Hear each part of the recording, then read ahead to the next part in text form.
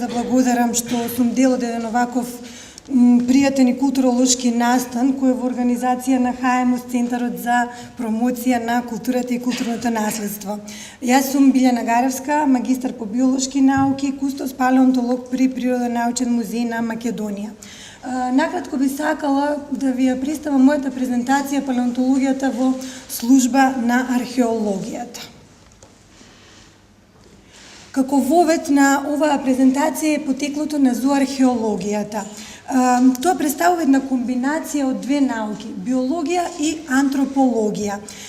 За прв пат овој термин го воспоставил Лубок во 1856 година, бидејќи голем дел од биолозите работеле на истражување на животински остатоци на археолошки локалитети. Од тогаш ова звање ќе го наричаме не било прифатено се до 1982 година, кога Лиман го прифаќа терминот како вокација и го крсти зоологико-археологист или зоолошки археолог.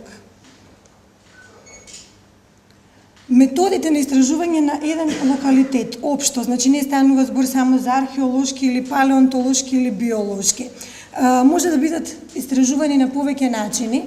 Пред се, доколку археолошки, би се изучувало човековото минато, неговите обичаи и традиции.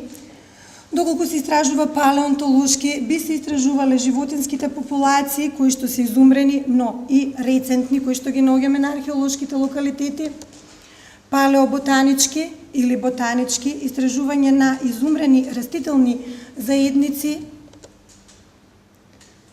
Таксономски, истражување на одредена група на животински видови, например цицачи, или одредена група на растителна заедница, и палеоеколошки, односно изучување на климатските промени во текот на развојот на планета Земја. Сега, кој би бил бенефитот од едно вакво мултидисциплинарно истражување? Пред се би дошле до сознание за типот на исхрана во минатото, однос предатор-плен, природни и социјални граници на како на животинските видови, така и на човековата популација, доместикација на животни и интелектуалното здравје на човекот. Од тука произлегуваат и сличностите помеѓу археолозите и палеонтолозите. Работа на терен, односно ископување, истражување на човековото минато, минатото на животинските организми и воедно и двајцата имаат потреба од геоморфолог, односно кој би ја објаснил стратиграфијата на самиот терен. Разликата би се појавила само во деталите на изучување и методологијата, меѓутоа заедно на терен би дале одличен опис на интеракцијата на човекот со животната средина. Покрај артефакти кои ги изучува археологијата, имаме и екофакти кои што ги изучува биологијата.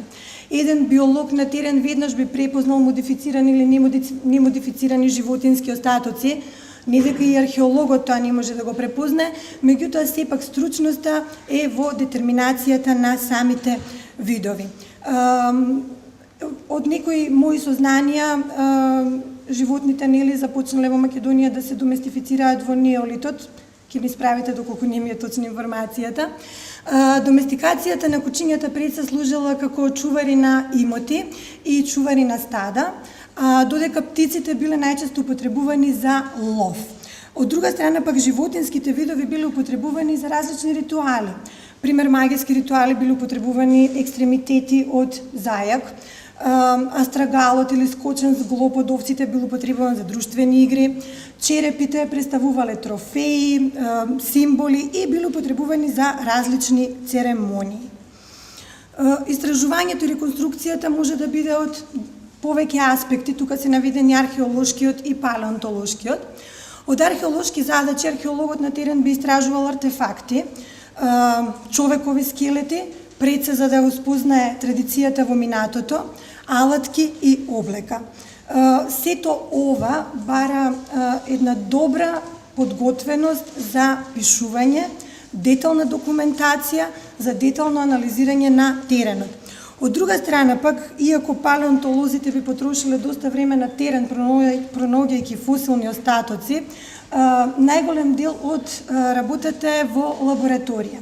Бидејќи во лабораторијата се вршат пред се чистењето, конзервацијата, потоа морфологијата, метријата и тоа се врши се со цел за да се увидат промените во развојот на животинскиот вид, како би го воспоставиле филогенетското стебло, односно потеклото на видот и неговите промени до денес, и со тоа би одредиле и геолошката старост на самиот терен или локалитет.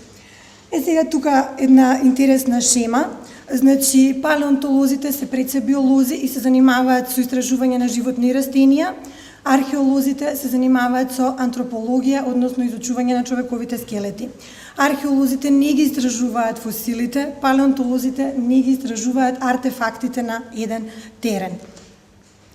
Бидејќи кажавме дека за археологијата се однесува на истражување на животински остатоци на еден археолошки локалитет, тука само би додала дека целта на палеонтологијата е да ја објасни врската помеѓу човекот и животната средина, а тоа би се направило со помош на биологијата, екологијата и антропологијата. Од досегашните сознанија укажуваат дека комбинацијата на овие науки пред се користела за одредување на зоогеографските поврзувања, еволуцијата и во животниот простор. Меѓутоа со палеонтологијата овие граници малце се прошируваат. Тука веќе се говори за исчезнување на видовите, дали храната е причинител за исчезнување на видот, потоа промени во зоогеографската дистрибуција, се одредуваат морфолошките карактеристики на видот, структурата на самата популација која што е најмногу застапена во еден локалитет. Овој мултидисциплинарен тип на истражување би овозможил да се спознае дистрибуцијата на видовите, факторите кои влијаеле на населување или миграција на одредени видови, економски статус на одредена човечка заедница во минатото, еколошки фактори кои влијаеле на промените на животната заедница и климатските фактори, и сето тоа повторно води кон односот човек-животна средина. Која е важноста од размената на информациите? Оваа размена на информација е важна за дефинирање на карактеристиките кои се произлезени од животинските остатоци со цел објаснување на нивната поврзаност. Исто така, примероците од археолошките локалитети, со нив може да се направи целосна илустрација и реконструкција на модерниот човек Homo sapiens sapiens од плеистоцен па се до ден денес. Од тука би ги спознале ние, како што кажав, и промените во исхраната и животната заедница, кое што може да доведе и до одредени деформитети во таа животинска или човекова популација. Погрешна детерминација на самиот вид би довела до проблем во истражувањето, односно проблемот би бил пред се во датирање на точната старост. Доколку, бидејќи според животинските видови во почвените слоеви, можеме да одредиме стратиграфијата, односно староста на самиот терен, погрешната детерминација би не посочила малце погрешно. Како заклучок, односно како сумирање на сето ова, би сакала да кажам дека ова е биолошка дисциплина која што бара добра биолошка подготвеност за анализа на флората и фауната на еден археолошки или на еден палеонтолошки локалитет. Сметам дека треба да ја потенцирам важноста од мултидисциплинарен пристап. Би си дозволила малце послободно да кажам дека и археолозите и ние биолозите работиме како трговци поединци во нашата република. Заедничкото е тоа што ископувањето на животинските остатоци е работа на биолозите, артефактите на археолозите, меѓутоа заедничко е што едните и другите треба да бидат колекционирани во музеи, да имаат стручна обработка на материјалот и пред се најважна е промоцијата на културното и природното наследство. Двете науки имаат голем придонес за проширување на дата базата како на природната, така и на културната во Република Македонија и да се издигне на едно национално ниво. Ви благодарам на вниманието.